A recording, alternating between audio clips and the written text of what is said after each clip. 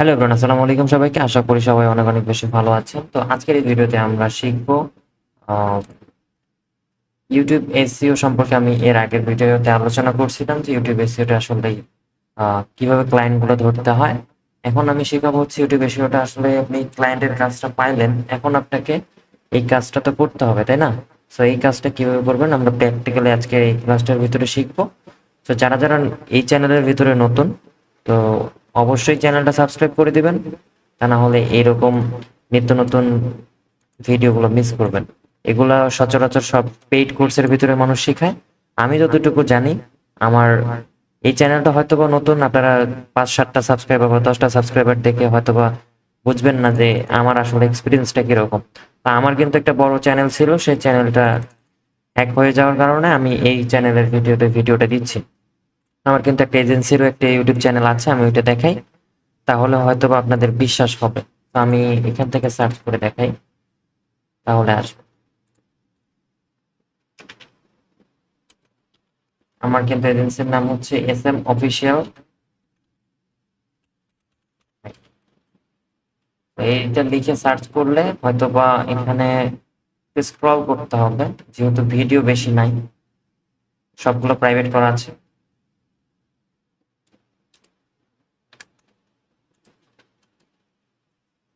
এই যে চলে আসছে,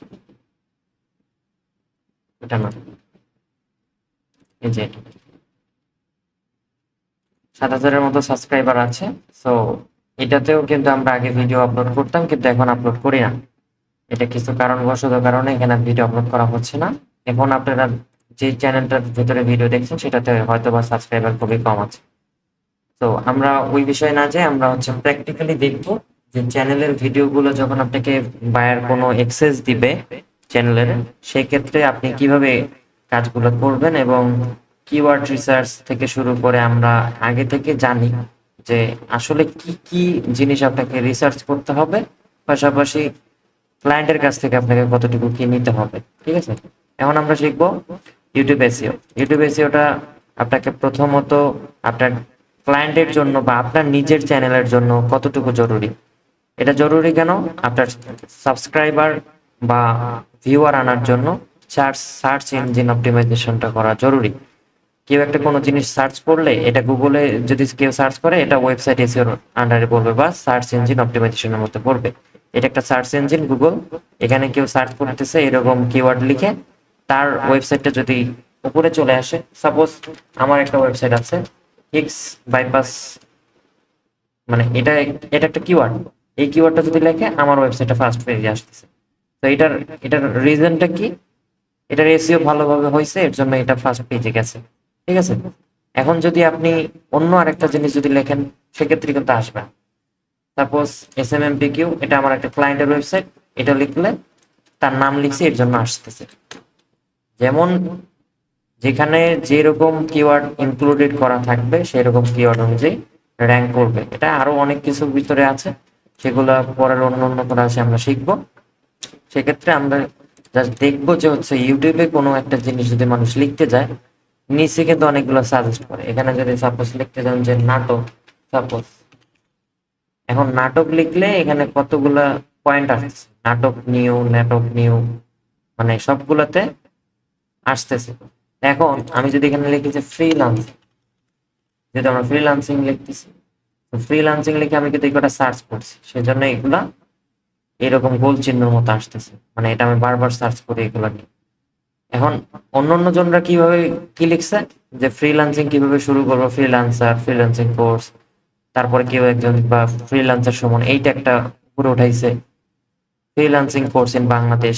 তো এই টাইপের জিনিসপত্র যদি লিখে সার্চ করে, সবার যাদের যাদের কোর্সগুলো এসইও করা আছে, ভিউজ বেশি আছে, সেইগুলাই হচ্ছে এখন উপরে উঠতেছে।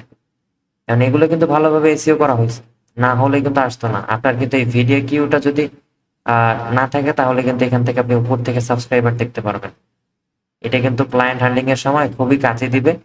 অবশ্যই এই ভিডিও কিউ এক্সটেনশনটা এখানে উঠাই দেবেন। এখন আমরা আসি হচ্ছে ইউটিউব এসইওটা আসলে কেন জরুরি।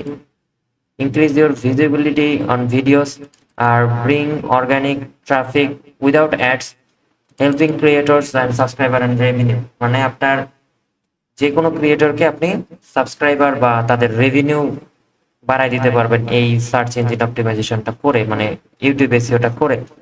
আর build authority and niche market, মানে আপনার যে কারোরই কাজ করেন না কেন তার অথরিটি বা তার হচ্ছে ব্র্যান্ডের ভ্যালুটা বাড়ায় দিতে পারবেন, পাশাপাশি হচ্ছে তার মার্কেটের অনুযায়ী তার নিশ অনুযায়ী তাকে উপরে উঠাই দিতে পারবেন। এটাই হচ্ছে আমাদের ইউটিউব এসইও গোল। এবং আমাদেরকে কি কি এলিমেন্টস লাগে সেগুলো আমরা এখন জানবো। এলিমেন্টস লাগবে হচ্ছে আমাদের প্রথমত কিওয়ার্ড রিসার্চ করতে হবে। আমাদের যে কম্পিটিটর থাকবে, আমাদের ক্লায়েন্টের ওয়েবসাইট হোক বা ক্লায়েন্টের চ্যানেল হোক, তাদেরকে আগে দেখতে হবে যে তার কম্পিটিটর কতজন আছে, তাদেরকে রিসার্চ করতে হবে এই টুলগুলো দিয়ে। ভিডিও কিউ আছে, টিউব বাডি আছে, গুগল কিওয়ার্ড প্ল্যানার আছে, এই টাইপের কিওয়ার্ড রিসার্চ টুলগুলো দিয়ে আমরা রিসার্চ করব। দেন হচ্ছে আমাদের যতগুলো কাজ আছে সবগুলো ফিল আপ করবো। তারপরে করতে হবে যে আমাদের লো কম্পিটিশন যেগুলোতে থাকবে সেগুলোতে সার্চ ভলিউম থাকবে, ওইগুলো নিয়ে আমরা টাইটেল ডেসক্রিপশন লিখবো এবং ওখানে কিওয়ার্ডগুলো প্লেস করে দিব। টাইটেল ট্যাগ ক্যাপশনের ভিতরে আমরা এগুলো প্লেস করব। এবং ভিডিও টাইটেল অপটিমাইজেশন অবশ্যই করতে হবে। আর টাইটেলটাকে অবশ্যই ক্লিয়ার অ্যান্ড অ্যাট্রাকটিভ করতে হবে।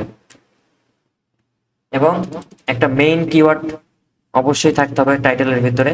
যেমন এখানে আমি একটা লিখছি যে best home workout plan for beginner, মানে এখানে ওয়ার্কআউটটা হচ্ছে একটা কিওয়ার্ড, মেইন কিওয়ার্ড, এবং ফুল বডি এটাও একটা কিওয়ার্ড, মানে দুইটা কিওয়ার্ড আমরা এখানে ইউজ করছি। ঠিক আছে, এটা গেল। এবং এখানে ডেসক্রিপশন যেটা অপটিমাইজেশন করতে হবে, অবশ্যই এখানে 3 থেকে 500 ওয়ার্ডের ভিতরে লিখতে হবে। কিওয়ার্ড অবশ্যই এখানে ইনক্লুড করতে হবে। আর টাইম স্ট্যাম্প বা হচ্ছে লাইক সিটিএ যেগুলো আছে, লিঙ্ক সিটিএ, সেগুলো ইয়ে করতে হবে, ইনক্লুড করতে হবে। এগুলো আমরা যখন যখন করব তখন আপনারা দেখতে পারবেন। এখন আমরা জাস্ট বলে বলে যাই, আপনারা একটু দেখেন। এবং ট্যাগ সেকশন এবং হ্যাশট্যাগ সেকশন অবশ্যই ইউজ করতে হবে, এইটা ট্রেন্ডিং সেকশনগুলোকে কভার করে। এবং থাম্বনেল গুলোকে অবশ্যই ভালো করতে হবে। থাম্বনেল যদি ভালো না হয় সেক্ষেত্রে আপনার ভিডিও কেউ দেখবে না বা আপনার ক্লায়েন্টের ভিডিও কেউ দেখবে না। অবশ্যই আপনি ইউটিউব এসইওর কাজ করেন, থাম্বনেল ডিজাইনের কাজটাও আপনি ক্লায়েন্টের কাছ থেকে নিয়ে আপনি বাংলাদেশের যে কোনো ভালো ডিজাইনার দিয়ে করায় নিতে পারবেন। নট অনলি আপনাকে ওই ডিজাইন শিখতে হবে, ওই ডিজাইন পারতে হবে, আপনি কেন করবেন? আপনার কাজ যেটা আপনি সেটাতে ফোকাস করেন। ডিজাইনটা আপনি অন্য কোনো জায়গা থেকে করে নিয়ে দিন যাতে ভালো হয়। ভিডিওতে ভিউ আনা লাগবে আপনার। ডিজাইন যদি ভালো না হয় সেক্ষেত্রে আপনি যতই এসইও করেন কোনো মানুষের সামনে যাবে এরকম যদি আপনি সাপোজ ইউটিউবের হোম পেজে যদি আপনার কত ভিডিও শো করে, আপনার যেটাতে পছন্দ হয়, একটা জিনিস আপনি ব্রডলি চিন্তা করেন যে আপনি নিজে ইউটিউবটাতে আসলে এরকম ভাবে স্ক্রল করতে থাকেন যেটার থাম্বনেল ভালো, লেখাগুলো ভালোভাবে ভিজিবল হয়েছে। এই যে যেমন দেখেন এখানে 60,000 টাকার মধ্যে কয়টা আইফোন প্রো ম্যাক্স, এটা যে সুন্দরভাবে লিখছে। এবং পাশাপাশি আরেকটা থাম্বনেল দেখেন যে 50,000 টাকার একটা ব্যবসা যেভাবে শুরু করবেন, এ টু জেড গাইডলাইন।